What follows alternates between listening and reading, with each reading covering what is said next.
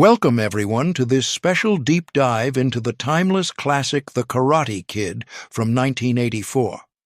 Whether you're a lifelong fan who has watched Daniel LaRusso's journey unfold countless times, or a newcomer just discovering this underdog tale for the very first time, prepare yourself for a whirlwind of trivia, backstory, and off-camera secrets that may just blow your mind.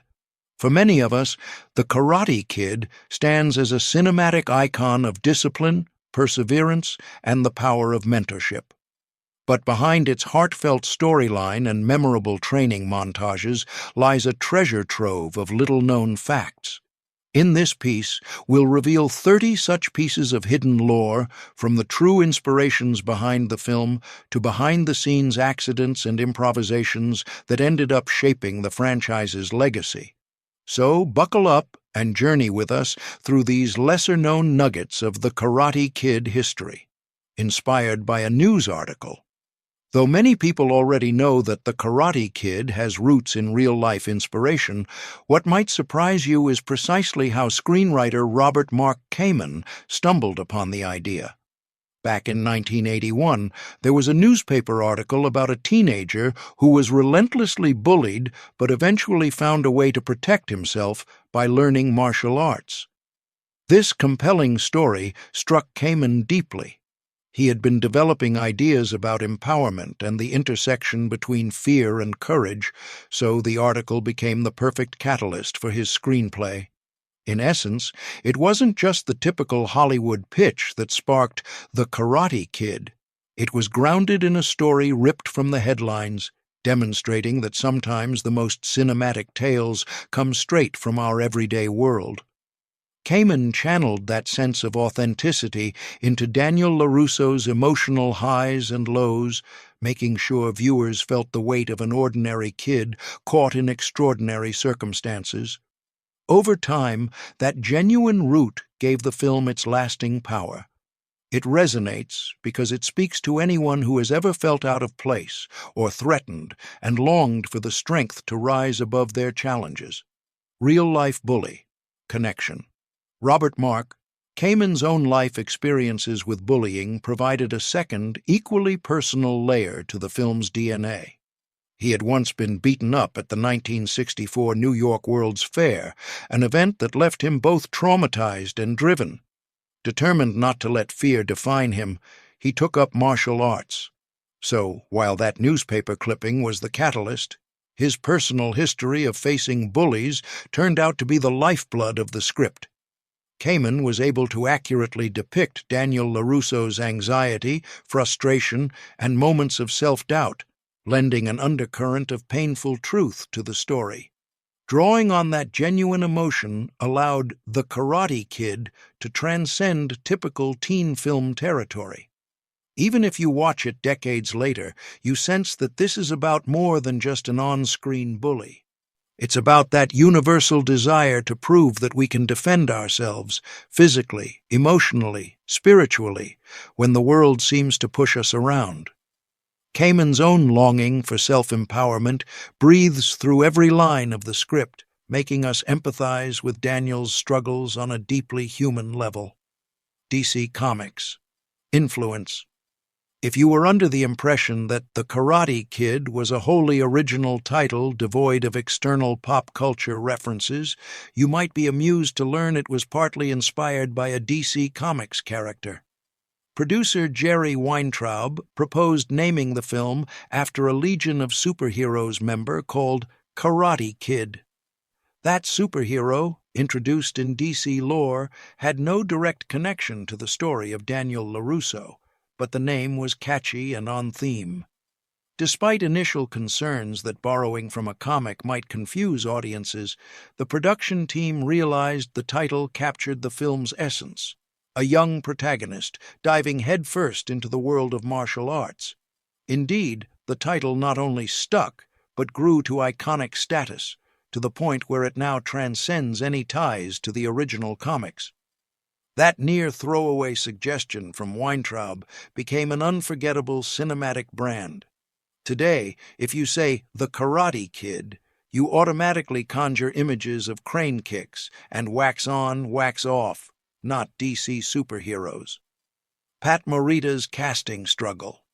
It's hard to imagine anyone but Pat Morita as the wise and kind Mr. Miyagi, but believe it or not, he wasn't exactly welcomed by studio execs with open arms. They initially wanted someone more serious, with names like Toshiro Mifune floated around, icons known for weighty roles and commanding presences. Pat Morita, on the other hand, was widely recognized as a stand-up comedian and sitcom star, famously appearing as Arnold in Happy Days.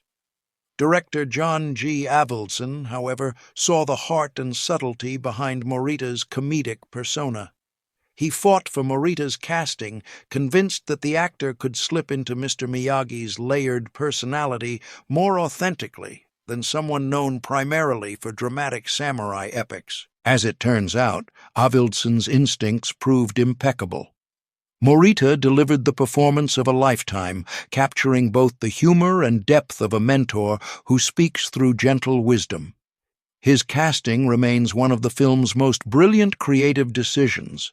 Without Morita's warmth and impeccable comedic timing, Miyagi's emotional resonance might never have soared the way it did. Morita's Oscar nomination. Considering how much of Mr. Miyagi's presence shaped the emotional core of the movie, it may not surprise you that Pat Morita earned an Academy Award nomination for Best Supporting Actor in 1985. However, it's an extraordinary feat when you think about it in context. A comedic actor, not typically known for serious drama, gaining recognition for a role in a family-friendly film about martial arts. That nomination wasn't just a feather in Morita's cap. It also signified a broader acknowledgement by Hollywood that a story of an underdog teen could carry serious dramatic weight. Morita's portrayal had no shortage of tenderness and depth. Remember the iconic scenes involving Miyagi's painful recollections of his late wife and his war service. Those moments balanced the overall triumph of Daniel's karate journey with a poignant undercurrent of personal tragedy and resilience. It was a performance that carried gravitas well beyond the comedic or paternal mentor trope.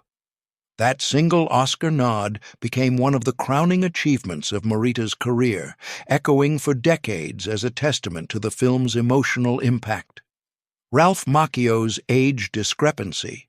While Daniel LaRusso is introduced as a teenager, struggling through the usual high school woes, Ralph Macchio was actually 22 when filming commenced. The difference might seem minor at first, but it created daily challenges for the production team to ensure the illusion of youthful innocence remained intact. Macchio had to shave consistently to maintain that peach fuzz look of a 17-year-old. His slight build and youthful features definitely helped sell the character on screen, and audience members at the time rarely questioned Daniel's actual age. The fact that Macchio was older may have even given him a certain subtle maturity during intense emotional scenes, bridging that gap between raw teen vulnerability and an actor's seasoned approach. Yet he was just young-looking enough that viewers were fully convinced he was Daniel, the kid from Newark who dreams big and stands up against bullies. Elizabeth Shue's breakthrough. Before making her mark in hits like Back to the Future Part 2 and Adventures in Babysitting, Elizabeth Shue found her breakout role as Allie Mills, Daniel's love interest. She was also a student at Harvard at the time, balancing her academic pursuits with her budding acting career. This dynamic might have made her unique among her peers. While many young actresses moved to Hollywood straight out of high school, Shue was navigating campus life and all the rigors that come with it. Her portrayal of Ali not only brought a dose of sweetness and warmth to the film, but also a certain level of sophistication and authenticity that complemented the grit of Daniel's journey. Through Ali, audiences witnessed aspects of teenage life like heartbreak, social class conflict, and bridging the gap between the wealthier enclaves of the San Fernando Valley and Daniel's working-class world. Shu's performance made Ali more than just a two-dimensional love interest. She was the emotional support Daniel needed and an independent spirit in her own right. Real karate training. Ralph Macchio's portrayal of Daniel's transformation from clueless newbie to formidable tournament competitor was grounded in rigorous martial arts training. Macchio underwent a 5-week crash course with Pat E. Johnson, a renowned martial artist who also served as the film's fight choreographer and referee in the climatic tournament sequences. They worked on perfecting stance, form, and the fluidity of each strike, ensuring that Macchio looked credible without losing the rawness of a beginner's journey. This balance was crucial because Daniel's arc is about someone who evolves from fumbling to focused. If Macchio appeared too polished, that authenticity would have wavered. But thanks to guidance from Patty Johnson, who brought real-world karate discipline to each scene, Macchio's progression on screen felt believable. Moreover, that training cultivated a bond with the stunt team, helping Macchio learn how to connect with his co-stars in a way that looked fierce, yet remained safe. Miyagi's chopstick scene. One of the most beloved cinematic moments is the catch the fly with chopsticks scene. As the legend goes, its origins can be traced back to an improvisation Pat Morita did during the audition process. He supposedly made a quick, light-hearted move as though snagging something mid-air with chopsticks, showcasing Mr. Miyagi's quiet confidence and near-superhuman skill. The creative team loved how it conveyed so much about Miyagi's serenity and sly humor. So, they integrated it into the script, developing an entire sequence around Daniel's frustration and Miyagi's effortless mastery. It's a testament to how small moments of actor spontaneity can shape an entire production's tone. That tiny act, grasping a buzzing fly with chopsticks, instantly became a symbol of patience, focus, and comedic interplay between teacher and student. Crane kick. Authenticity. Few cinematic moves are as instantly recognizable as the crane kick that Daniel executes in the climax of the tournament. While some naysayers like to debate whether it was legal or not, the truth is that it's a genuine martial arts maneuver. It was taught to Macchio by Daryl Vidal, a Tang Soo Do specialist who also appears in the film as a semi-finalist. Not only is this technique steeped in real martial arts, but it also introduced an entire generation of moviegoers to the awe of stylized kicks. And let's be honest, who among us hasn't tried imitating that iconic stance on a beach, on our living room floor, or in a friend's backyard? The crane kick underscored the idea that discipline, timing, and confidence can overpower brute force, perfectly aligning with the movie's core message of mind over muscle. After all these decades, it remains a beloved pop culture reference, representing triumph in the face of adversity. Filming location swap. Though The Karate Kid is set in Reseda, a diverse working-class neighborhood in California's San Fernando Valley, various key scenes were actually filmed elsewhere in Los Angeles and surrounding areas. The now famous South Seas apartment complex that Daniel and his mom move into was located in Tarzana, just a short distance from Reseda. When they shot the memorable beach sequences, the production moved to Malibu, using the picturesque seaside backdrop for Daniel's first interactions with Ali and also his early run-ins with Johnny Lawrence. These creative choices helped the film maintain its aura of the sunny Southern California dream while also capturing the gritty reality of teen life. That shifting tapestry of filming spots offered an eclectic view of Los Angeles that felt both expansive and intimate, exactly how Daniel might have experienced it as a new kid trying to find his place. Okinawan backstory. Many fans appreciate the depth of Mr. Miyagi's character, and part of that is his Okinawan heritage. The notion of Miyagi coming from Okinawa, a place with its own storied martial arts tradition, wasn't just a random detail. It was inspired by Robert Mark Kamen's actual karate teacher, who was Okinawan. Kamen found that the teacher's pride in his culture and the wartime stories he shared gave a dramatic resonance that would work perfectly for a mentor figure. As a result, Miyagi's references to his homeland, his philosophical approach to karate, and the revelations of his experiences in World War II all ring with powerful authenticity. It's not just backstory for backstory's sake, it anchors the film in a real-life tradition. Okinawa is known for being the birthplace of many forms of karate, including Goju Ryu, so tying Miyagi's discipline to those roots added layers of cultural and historical meaning that resonated far beyond the superficial. Morita's fake accent. Pat Morita was a California-born Japanese-American with a natural American accent, so for him to fully inhabit the role of Mr. Miyagi, he had to craft an accent modeled on real Japanese speech patterns. He frequently cited family members from Hiroshima, especially an uncle, as the basis for Mr. Miyagi's way of speaking. He shaped his diction and cadence until it felt both plausible and comfortably integrated into Miyagi's gentle, wise persona. The accent never felt forced or cartoonish. Instead, it enriched the sense of cultural authenticity that the movie leans on to ground Daniel's and Miyagi's relationship. Combined with Morita's subtle facial expressions, that voice became iconic, memorably delivering lines about balancing wax on, wax off, and paint the fence. It's a prime example of how dedicated an actor can be in creating a character from the inside out, even when the outside aspects, like accent, might seem surface level at first glance. Cobra Kai's Real Dojo. The concept of the Cobra Kai dojo, teaching strike first, strike hard, no mercy, was actually rooted in some real-life approaches to martial arts instruction in the 1980s. Tournaments and dojos proliferated during that era, and some were indeed known for prioritizing aggression and competitiveness over the more philosophical or spiritual elements of traditional martial arts. While certain aspects were amplified for dramatic effect, the notion that some karate schools prized brute force and intimidation wasn't fiction. This gave the film's setting that ring of authenticity, making viewers wonder just how many Cobra Kai attitudes existed in their own hometowns.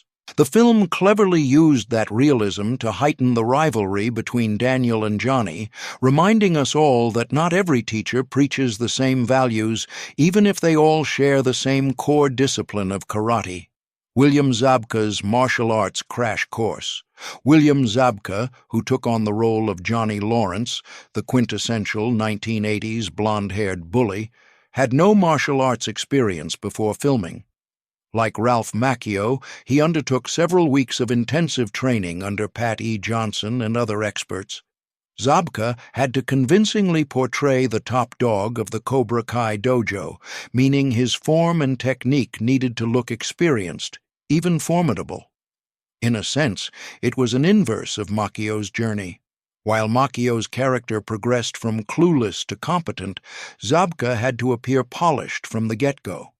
That required a lot of discipline and meticulous attention to detail in stance, movement, and facial expression.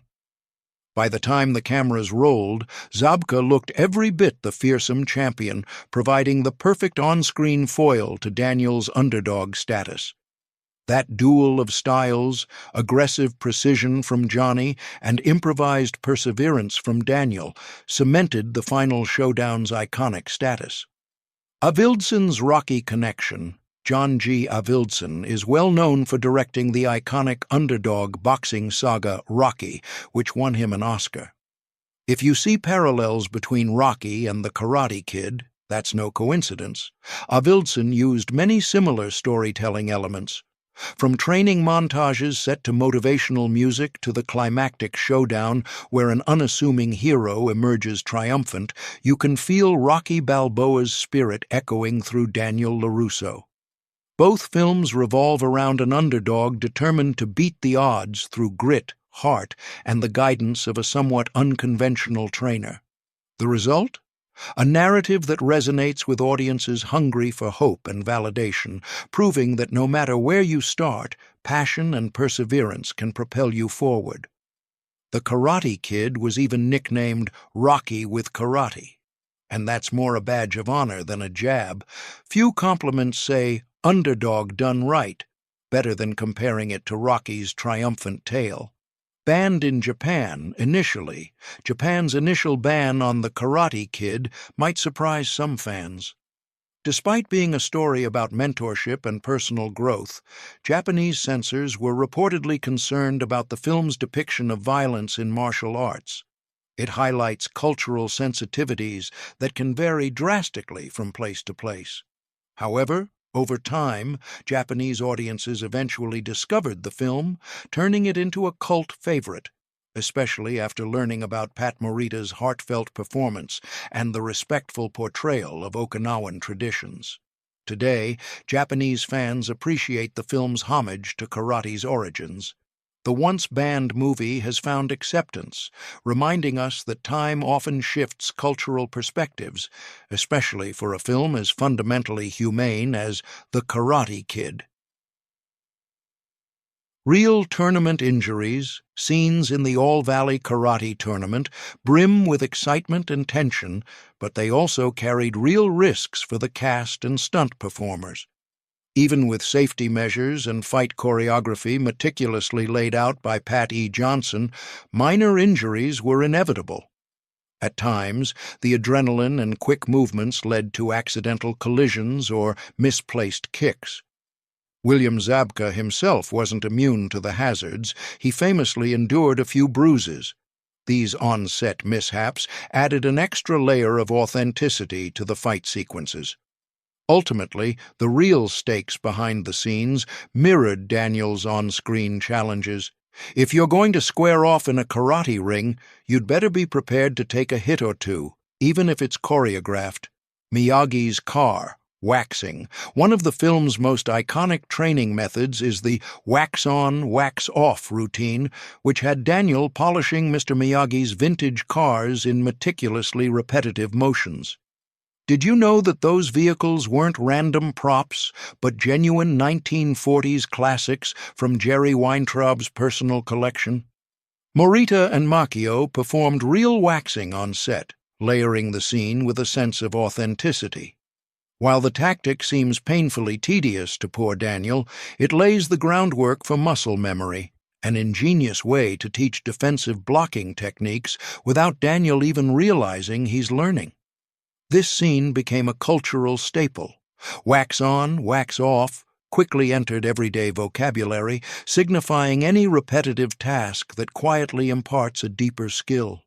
It's such an iconic piece of cinematic education that even people who've never seen the film know the reference. No stunt double for Macchio. Yes, Ralph Macchio performed the vast majority of his own stunts, including that legendary crane kick on the beach.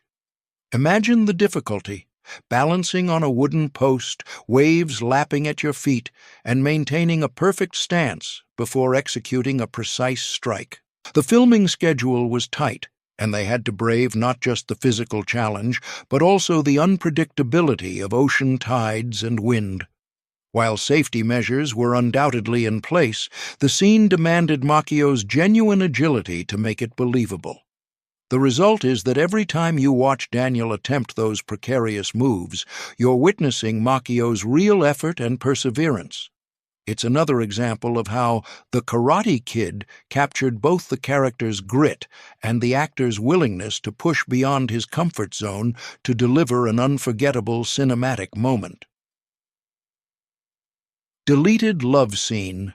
There was once a tender romantic sequence shot between Daniel and Ali set on a golf course, intended to deepen their emotional connection. Although it made it into the novelization, it was ultimately cut from the final film to keep the pacing tight and the focus razor-sharp on Daniel's journey into martial arts.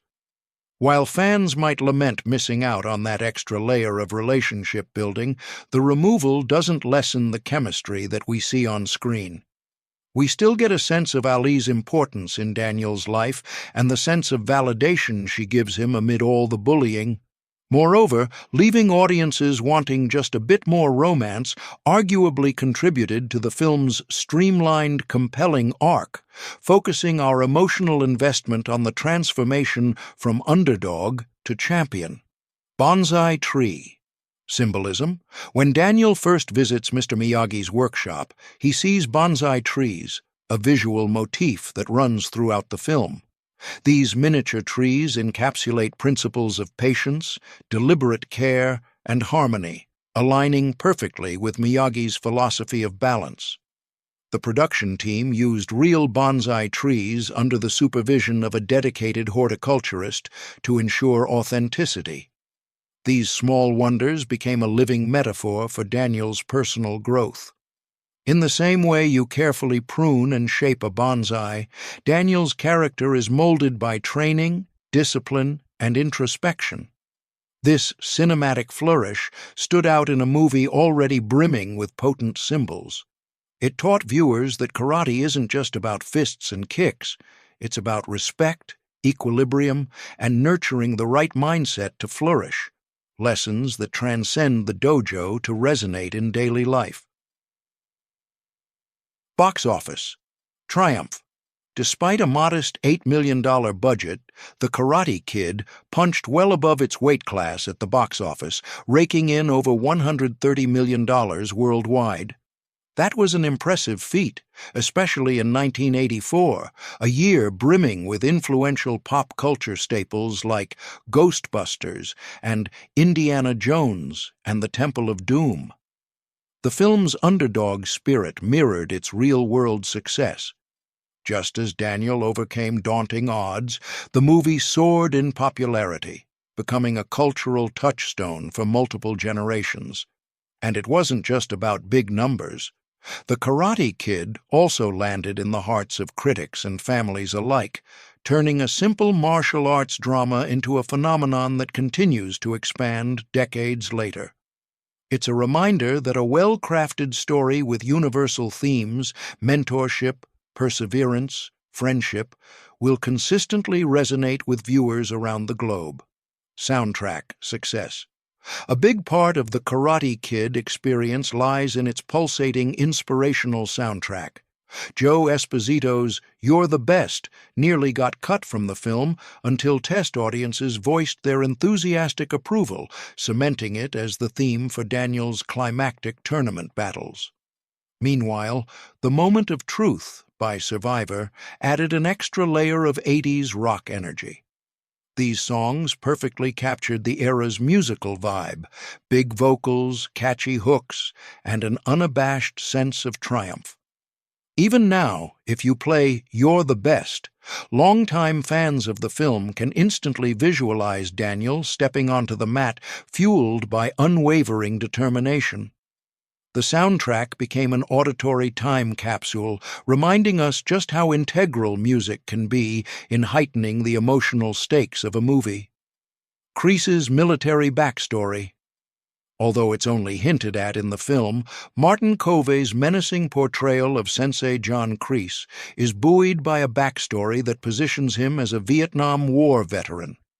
This detail provides insight into his aggressive, almost militaristic approach to teaching karate.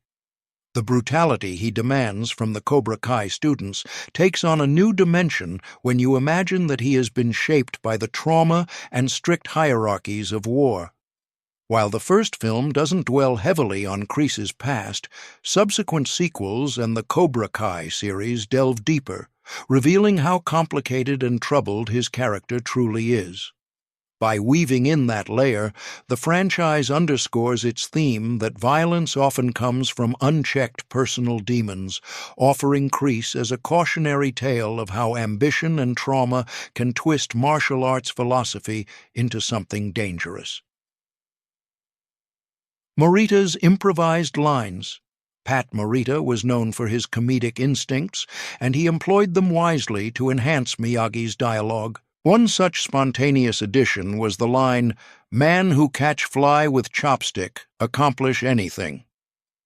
While scripted lines shaped the framework of scenes, Morita had the freedom to add small punches of humor and wisdom, turning what could have been a flat exchange into an unforgettable moment.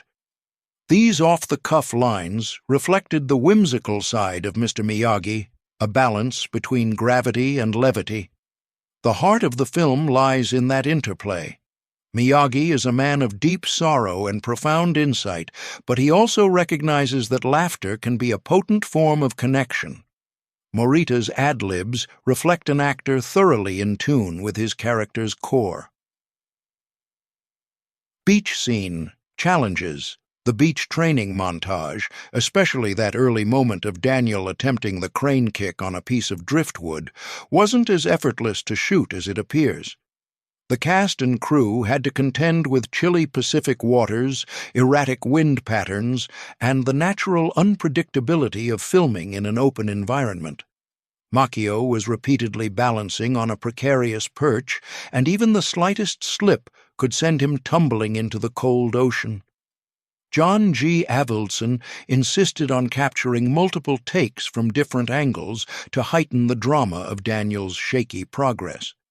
While those hours on the beach might have been grueling, the final footage is breathtaking and remains a visual anchor for the film. Whenever viewers think of the Karate Kid, one of the first images that pops to mind is that solitary figure perched against the sunlit backdrop of rolling waves. Cobra Kai's red jackets. In a movie packed with visual contrasts, the bright red Cobra Kai jackets stand out like a glaring siren. That was no accident. The production team designed them to reflect an unapologetically aggressive style, capturing the vibe of 1980s martial arts teams that thrived on intimidation and swagger. By giving Johnny Lawrence and his friends these striking outfits, the filmmakers underscored the divide between Daniel's more humble approach — he's all about survival and learning discipline — and Cobra Kai's in-your-face bombast. It's a subtle reminder that clothing and costume design often act as a character in and of themselves, setting the tone before a word is spoken. Those red jackets still pop in fans' memories, symbolizing the bold, combative spirit that Daniel must overcome. Cultural impact on karate. In the mid-1980s, after The Karate Kid hit theaters, martial arts schools in the U.S. reported a significant surge in enrollments, often citing figures as high as a 30 to 40% increase. Suddenly, children and teens who had never considered taking karate classes were begging their parents to sign them up. The film didn't just inspire them to stand up to bullies, it also sparked an interest in the philosophical depth of martial arts, offering a new perspective on respect, perseverance, and self-defense. It quickly became a major cultural phenomenon, with dojos embracing the influx of curious new students eager to learn Mr. Miyagi's style. While one might argue the rise was also tied to the growing popularity of action films, many dojo owners credit The Karate Kid specifically for the boom. It became the rallying call for a generation of kids who realized they didn't need to be physically imposing to be strong. Cobra Kai revival. Fast forward to 2018, decades after Daniel and Johnny faced off in the All-Valley Karate Tournament, and the story found new life in the YouTube/Netflix series Cobra Kai. This revival flipped the script by placing Johnny Lawrence front and center, challenging viewers to see things through his perspective. The show offered the shocking revelation that Daniel's crane kick was technically illegal under tournament rules, sparking fresh debates among longtime fans. More importantly, it showcased how the echoes of teenage conflict reverberate into adulthood. With returning cast members like Ralph Macchio and William Zabka and new characters stepping onto the mat, Cobra Kai became a cultural sensation all over again. It managed to honor the original while carving out fresh stories of rivalry, mentorship, and redemption. In doing so, it reminded everyone why The Karate Kid endures. Its universal themes of finding self-worth, bridging generational divides, and confronting the demons of our past never go out of style. And there you have it, a deep dive into 30 fascinating tidbits surrounding the 1984 classic that took the world by storm. What started as a small underdog tale morphed into a cinematic triumph, layering real-life inspirations with unforgettable cinematic moments. More than just a romp of high kicks and roundhouse strikes, The Karate Kid is about friendship, resilience, cultural exchange, and the profound bonds that can form between teacher and student. From behind-the-scenes injuries to improvised lines that shaped the film's overall tone, The Karate Kid was a perfect storm of creative collaboration, rooted in truth, expanded by imagination, and carried by captivating performances. Across the decades, that magic has stayed alive in the hearts of fans, blossoming anew with each reboot, sequel, and spin-off.